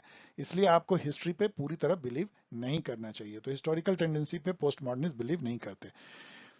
Next question, the poor are poor not because of what they do not have but because of what they can not do. अब देखिए ये क्या कहता है कि जो गरीब इसलिए गरीब नहीं है कि उनको कोई चीज नहीं है, पैसा नहीं है, रुपया नहीं है, रिसोर्सेज नहीं। गरीब इसलिए है कि वो कुछ काम नहीं कर सकते जो वो करना चाहते हैं, मतलब इनकैपेबिलिटी। उनको यदि कैपेबिलिटी बढ़ा दोगे ना, और कैपेबिलिटी कैसे बढ़ाओगे? उनको शिक्षा दो, उनको गुड हेल्थ मुहैया कराओ, उनको एक्सेस टू रिसोर्सेज दो, तो वो जो है बहुत चीज कर सकते हैं, वो गरीब नहीं रहेंगे। तो ये capability approach to human development है, और ये देने वाले अपने प्रोफेसर अमर्त्य सेन हैं। और इसके साथ में मार्था नॉसबॉम को भी याद कीजिए, जो अमर्त्य सेन के साथ मिलकर कैपेबिलिटी अप्रोच ऑफ डेवलपमेंट देते हैं। New democracy as hegemony of the workers, peasants and other marginalized section of the society is associated with which of the following। ये इतना आसान क्वेश्चन है कि यदि आप इस लाइन को पढ़ेंगे कि वर्कर, पीजेंट और जो दबे कुचले सर्वहारा वर्ग की बात जो करता है डेमोक्रेसी में, वो सब अल्टर्न डेमोक्रेसी है, सब अल्टर्न। ये एक बहुत नया वर्ड है, नियो मार्क्सिज्म भी इसको अपनाता है, फ्रैंकफर्ट स्कूल भी अपनाता है, बहुत सारे सोशल थिंकर या सोशियोलॉजिस्ट जो हैं वो भी अपनाते हैं कि उनके नजरिए से सब कुछ होना चाहिए डेमोक्रेसी में, सर्वहारा वर्ग के। तो सबअल्टर्न स्कूल है ये। अब हम लोग आते हैं दिसंबर 2018 साइकिल पे। अब क्वेश्चन और कम से कम होते चले जाएंगे। अब ये रीजन एजर्सन का क्वेश्चन है, एक बार मैंने दिया है, आगे फिर आपको देखने की जरूरत नहीं है। पहला ऑप्शन होता है कि दोनों एजर्सन और रीजन सही हैं, और रीजन जो है एजर्सन को करेक्टली एक्सप्लेन करता है। इसमें दोनों सही तो हैं लेकिन रीजन एक्सप्लेन नहीं कर पाता है। उसके बाद तो सिंपल है, A true R false, A false R true. अब यहां देखिए एजर्सन है जो एक स्टेटमेंट है, declarative statement, Carlyle, Carlyle, okay pronunciation में मत जाइए, Carlyle called Bentham's utilitarian doctrine as pig philosophy।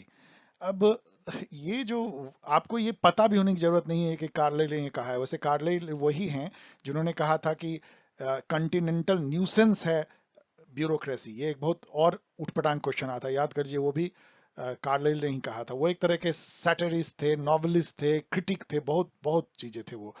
तो वो इंग्लैंड के थे। उन्होंने बेंथम के यूटिलिटेरियनिज्म को पिग फिलॉसफी कहा। आपको ये जानने की जरूरत इसलिए नहीं है कि यही चीज जो है जॉन स्टुअर्ट मिल ने कहा था कि it is better to be a pig satisfied than a human dissatisfied. क्योंकि ये जो है केवल प्लेजर पेन को देखता है, चाहे वो प्लेजर आपको मतलब वाइन पी के आए, मूवी देख के आए, या किसी को बुली करके आए, प्लेजर आपको प्लेजर लेना है। तो ये तो पिग सेटिस्फेक्शन हो गया ना, पिग फिलॉसफी हो गया, कि आपको ये चिंता ही नहीं है कि वो जो हमको प्लेजर मिल रहा है वो दूसरे को कष्ट पहुंचा के मिल रहा है कि अच्छे तरीके से मिल रहा है, हम कोई वर्थ वाइल जॉब करके प्लेजर ले रहे हैं कि कुछ भी करके प्लेजर ले रहे हैं। तो ये पिग फिलॉसफी है। And to him happiness is much more than pleasure. Same thing John Stuart Mill ने भी कहा कि हैप्पीनेस जैसे हम और आप अभी कर रहे हैं, ये प्लेजर जो है, और यदि आप मान लीजिए कि जस्ट आप समझिए कि आप डॉग फाइट देख रहे हैं या मुर्गे की लड़ाई देख रहे हैं और उसको देख के खुश हो रहे हैं, तो दोनों प्लेजर में फर्क तो होना चाहिए ना। एक वर्थ वाइल काम कर रहे हैं आप, उससे भी आपको खुशी मिल रही है, और एक आप जस्ट मतलब ऐसे ही सेंसुअल प्लेजर लेने के लिए कर रहे हैं, उससे भी खुशी मिल रही है प्लेजर। तो क्या प्लेजर हैप्पीनेस में फर्क नहीं है? जॉन स्टुअर्ट मिल ने ये कहा, हायर प्लेजर लोअर प्लेजर नहीं होता है क्या? वो पिग की तरह हमें सेटिस्फाई होना है, या सॉक्रेट्स डिससेटिस्फाई जैसा होता है वैसा डिससेटिस्फाई होना बेहतर है? तो ये जो कार्ले कहे चाहे जॉन स्टुअर्ट मिल कहे, ये दोनों ही बातें सही है, और एक तरह से ये एक्सप्लेन करता है। तो मैं ऑलवेज बोलता हूँ कि ये सेटर कभी समझ नहीं पाए हैं कि ये रीजन कैसे एजर्सन को एक्सप्लेन कर सकता है, ये लोग कोई समझ नहीं पाए, इसलिए आपको लगभग ये एक्सप्लेन करता है तो इसको ए मान लीजिए बस, बेटर रहेंगे आप। Which of the following factors are responsible for the decline of political theory? अब याद कीजिए 1950s में डिमाइस ऑफ पॉलिटिकल थ्योरी हो जाता है। उस डिमाइस को कहने का मतलब ये होता है कि नॉर्मेटिव पॉलिटिकल थ्योरी का डिमाइस माना जाता है on the wave of behavioural revolution, जिसका दो बेसिस था, लॉजिकल पॉजिटिविज्म एंड इंपेरिसिज्म। तो उस बहाव में लोग ये कहने लगे कि पॉलिटिकल थ्योरी तो मर गया, लेकिन बाद में जॉन रॉल ने 1970 में एक ऐसा नॉर्मेटिव थ्योरी लेकर के आया कि फिर से वो जिंदा हो गया। तो इसके डिक्लाइन का क्या कारण था ये पूछा जा रहा है। हिस्ट्रोसिज्म, हिस्टीरियोसिज्म होगा ही, क्योंकि हिस्ट्री भी एक तरह का नॉर्मेटिव टाइप ऑफ थॉट हो जाता है, डिटर्मिनिज्म हो जाता है। पॉजिटिविज्म तो आया ही था, वो भी उसका एक कॉज था कि पॉजिटिविज्म काटता था नॉर्मेटिव पॉलिटिकल थ्योरी को, मोरल रिलेटिविज्म काटता था, क्योंकि जो ग्रैंड थ्योरी बनी है उसमें यूनिवर्सल मोरल थ्योरी लिया जाता था कि पूरे दुनिया में हर कल्चर में वो थ्योरी चलेगा, वैसा ग्रैंड थ्योरी को काट दिया गया। और हाइपर फैक्चुअलिज्म जो है वो बिहेवियरलिज्म के आने के बाद आई, जिसको कि डेविड ईस्टन ने उठाया ये कहते हुए कि भाई आपने नॉर्मेटिव पॉलिटिकल थ्योरी को मारते मारते आपने पॉलिटिकल थ्योरी को केवल फैक्ट का जखीरा बना दिया। केवल फैक्ट है, फैक्ट है, फैक्ट है। एक रिसर्चर केवल फैक्ट जुटा रहा है, पता नहीं क्यों जुटा रहा है, और उतने फैक्ट से क्या निकलेगा और उससे हमारा समाज का क्या भला होगा। ये हाइपर फैक्चुअलिज्म है जो डेविड ईस्टन ने इसको काटा। तो ये सभी जो है वो डिक्लाइन का पॉलिटिकल थ्योरी का कारण बने। क्वेश्चन मीडियम टाइप का है, और यहाँ पे आप याद रखिए कि हिस्टोरिसिज्म जो है कैसे काटता है नॉर्मेटिव पॉलिटिकल थ्योरी का। कार्ल पॉपर जो कि बिहेवियरल रिवॉल्यूशन के एक पिता जैसे थे, उन्होंने एक बुक लिखा था पोवर्टी ऑफ हिस्टीरोसिज्म। तो आप समझ सकते हैं कि कितना ज्यादा हिस्टोरिसिज्म को इंपेरिसिज्म कंडेम करते थे। अब हम लोग लास्ट आते हैं जून 2018 साइकिल पे। इस पे भी बहुत ज्यादा क्वेश्चन नहीं है, ये एग्जाम जुलाई 2018 में हुआ था। ये 5वां साइकिल हम लोग देख रहे हैं। Which of the following statement is not correct? Traditional political theory is prescriptive and normative. सही है। ट्रेडिशनल पॉलिटिकल थ्योरी तो वही था, प्लेटो अरिस्टोटल वाला। प्रिस्क्रिप्टिव था, नॉर्मेटिव था, क्या होना चाहिए। Behavioural political theory concern with uniformity and regularity. सही है। बिहेवियरलिज्म क्या था? Factual, observation based, classification, categorisation, pattern ढूंढना, इंडक्टिव मेथड, उसमें यूनिफॉर्मिटी और रेगुलरिटी और डिफरेंस यही तो ढूंढना था। Post behavioural political theory is tied to action and relevancy. सही है। एक्शन रिलीवेंसी, इसको याद कर लीजिए, यही पोस्ट बिहेवियरलिज्म था। ये भी याद कर लीजिए कि डेविड ईस्टन जो है वो पोस्ट बिहेवियरलिज्म के भी पिता है। उन्होंने 7 credo of relevance of post behaviourism दिया था, और 8 फाउंडेशनल प्रिंसिपल ऑफ बिहेवियरलिज्म भी दिया था डेविड ईस्टन ने। Post behaviourism political theory is not holistic. अब यहाँ आके ये गलत हो गए हैं, ये होलिस्टिक मानता है अपने को, क्योंकि ये जो है नॉर्मेटिविज्म को भी लेता है और इंपेरिसिज्म को भी लेता है, इसलिए ये होलिस्टिक हो जाता है। Which one of the following contentions, मतलब कि डिक्लेरेशन या thought of Isaiah Berlin. Isaiah Berlin वही जो पॉजिटिव एंड निगेटिव लिबर्टी की बात करते हैं, टू कॉन्सेप्ट ऑफ लिबर्टी की बात करते हैं। ये जो है एक तरह का पॉलिटिकल थिंकर भी बहुत बड़े थे, और उन्होंने पॉलिटिकल थ्योरी के रिसर्जेंस पे भी बहुत सारी बातें कही थी, पॉलिटिकल फिलॉसफी के रिसर्जेंस पे। उसमें क्या सही नहीं है, इसको हम लोग कॉमन सेंस से सॉल्व करेंगे सब क्वेश्चन को।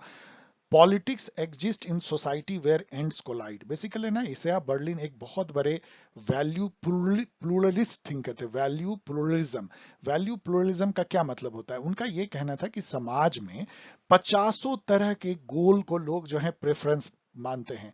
अब जैसे इंडिया में ये अभी कहना गलत है कि हम एक ही तरीके से देखेंगे कि यही मोरल है, यही इथिकल है, यही अच्छा है। एक ग्रुप एक्स मान सकता है कि लाइफ को ऐसे जीना है, दूसरा ग्रुप ऐसे मान सकता है, हजारों ऐसे हो सकते हैं। और सभी जो गोल हैं, एंड हैं कि ये अच्छा है, लाइफ ऐसे जीना चाहिए, वो इरिकॉन्सिलेबल है। मतलब कि वो कॉन्साइल नहीं हो सकते हैं। सबको एक साथ को एग्जिस्ट केवल करना है और आपको टॉलरेट करना है। एक साथ ही जो है कोई बीफ खा रहा है उसको भी आपको टॉलरेट करना है, एक साइड में जो नहीं खा रहा है जिसको उससे घृणा होती है उसको भी आपको टॉलरेट करना है। दोनों एक साथ जो है वो हंसी खुशी रह सकते हैं।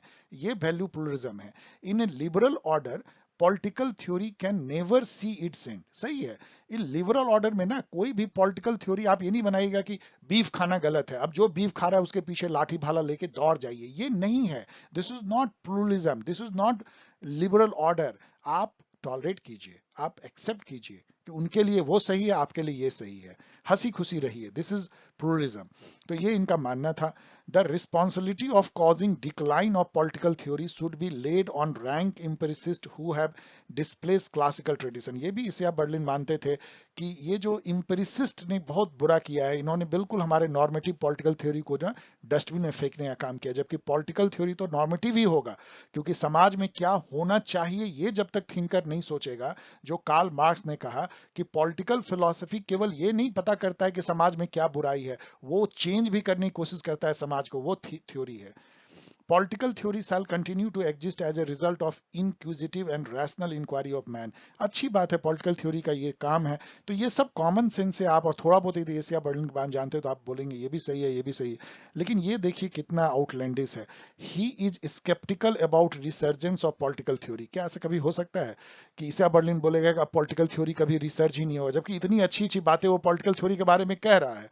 अचानक जो है वो कहने लगा कि हमको तो कोई आशा ही नहीं है कि पॉलिटिकल थ्योरी कभी भी ऊपर उठ के खड़ा होगा। तो ये बिल्कुल बकवास टाइप का सेंटेंस है और आपका काम आसान कर दिया है इस सेटर ने ये कह के। तो एक ही चूंकि हमको गलत खोजना है तो ये हमको गलत मिल गया, क्योंकि ये आउटलैंडिशली जो है रॉन्ग स्टेटमेंट है। तो बाकी में यदि हम कंफ्यूज भी हैं तो यहाँ आते आते हमारा ये क्वेश्चन सॉल्व हो जाएगा। Next question, who among the following is not a proponent of communitarianism. ये शायद मैंने पहले भी दिया होगा लेकिन आप पॉलिटिकल थ्योरी कॉन्टेक्स्ट में देख लीजिए। इसमें आपको 4 कम्युनिटेरियन थिंकर जो है, लिबरल कम्युनिटेरियन थिंकर, उसका याद रखना है। इसमें 3 यहाँ दिए गए हैं, Alasdair MacIntyre, Michael Sandel, Michael Walzer and Charles Taylor, जो यहाँ पे नहीं है।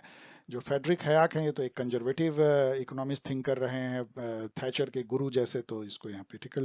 Which one of the following are the features of democracy. इसको चलिए हम लोग कॉमन सेंस से करते हैं, इतना ज्यादा हम लोग ने डेमोक्रेसी पढ़ा है। Democracy requires political equality. सही है। बिना पॉलिटिकल इक्वलिटी के, जिसको बोलते हैं ना कि one vote one person one vote one value, कैसे डेमोक्रेसी होगी? All citizen must be entitled to stand for election regardless of race, sex, color। Political office के लिए इक्वलिटी चाहिए, मतलब कोई डिस्क्रिमिनेशन नहीं होना चाहिए। तो ये भी सही है। All citizen must possess a vote। ये बड़ा मुश्किल है ये कहना। क्या आपको पता है स्विट्जरलैंड एक कितना फ्लोरिशिंग डेमोक्रेसी है, उसमें 1971 तक औरतों को जो है नहीं था, तो क्या वो डेमोक्रेसी नहीं थी? कई जगह डेमोक्रेसी में जो है वोट बहुत बाद में दिए गए हैं। तो ये मेरे अनुसार से ये डाउटफुल है, लेकिन इस ऑफिशियल क्वेश्चन में ये सही है। अब ठीक है, political equality means one person one vote one value, ये तो है ही। तो इसमें ऑफिशियल आंसर इसका सारा है, लेकिन यदि मुझे चूज करने दिया था तो मैं इसको नहीं चूज करता और इसका आंसर होता ए, बी और डी, जो यहाँ पे है ही नहीं। इसलिए आपको कोई कंफ्यूजन भी नहीं है और आपको मान के चलना पड़ेगा कि भाई जो सेटर बोल रहा है वही सही है। अब यहाँ पे हम लोग फिर गेम खेलते हैं। यहाँ अमृत्य सेन का मुझे पता है कि उन्होंने आइडिया ऑफ जस्टिस लिखा था, जो थ्योरी ऑफ जस्टिस रॉल का था, उसका एक तरह का रिप्लाई था। तो सी के 2 से कोई बात बनती है क्या? अनफॉर्चुनेटली सारे में सी का 2 है, तो कुछ भी नहीं फायदा हुआ। अब हम दूसरा आते हैं। ये जो सुजैन मोलर ओकिन है, इन्होंने रॉल्स के थ्योरी को रिफॉर्मुलेट किया था फेमिनिस्ट थ्योरी ऑफ जस्टिस से। तो इन्होंने जस्टिस, जेंडर, फैमिली ये लिखा है, ये मुझे पता है। तो बी के 3 पे देखते हैं क्या होता है। सी का 2, बी का 3। तो इससे भी बात इतनी ही बनी कि 50-50 मैंने डिस्प्लेस किया, तो ये टफ क्वेश्चन हो गया। अब मुझे जानना ही पड़ेगा Brian Berry and Tom Campbell का। तो चलिए ठीक है, मुझे यदि मान लीजिए पता है या गेस करते हैं कि ब्रायन बेरी ने लिखा है liberal theory of justice A का 4, तो ये होगा, तब टॉम कॉम्बेल जो है जस्टिस, और यही सही भी है। तो डिफिकल्ट इसलिए ये हो गया क्योंकि इसमें गेम बहुत ज्यादा चला नहीं आपका, आपको 50-50 तक ही हो पाया। Last question, which one of the following is not A feature of ideology. हमने आपको आइडियोलॉजी पढ़ाया है। आइडियोलॉजी और पॉलिटिकल थ्योरी या पॉलिटिकल फिलॉसफी, इन सब में थोड़ा थोड़ा फर्क है। आइडियोलॉजी जो है उसका रीजन से शॉर्ट सर्किट होता है, मतलब वो ना सर्कुलर रीजन देता है। कोई भी आइडियोलॉजी निकलता पॉलिटिकल फिलॉसफी से है, पॉलिटिकल थ्योरी से है, लेकिन वो अपना एक पर्टिकुलर एजेंडा लेके चलता है। वो एक पर्टिकुलर पावर और इंटरेस्ट का गेम होता है। आइडियोलॉजी एक तरह का वही जो हेजमनी है, वो एक मैन्युफैक्चरिंग कॉन्सेप्ट है। तो वो बनाता है, चूंकि वो बनाया हुआ खिचड़ी पकाया हुआ चीज है, तो उसमें आप बहुत ज्यादा लॉजिक ढूंढोगे ना, रीजन ढूंढोगे, एक जगह जाके के आप अटक जाओगे। और फिर जो आइडियोलॉजी को मानने वाला है बोलेगा ये दिमाग सेट करो और मान लो कि ये सही है, दिस इज आइडियोलॉजी।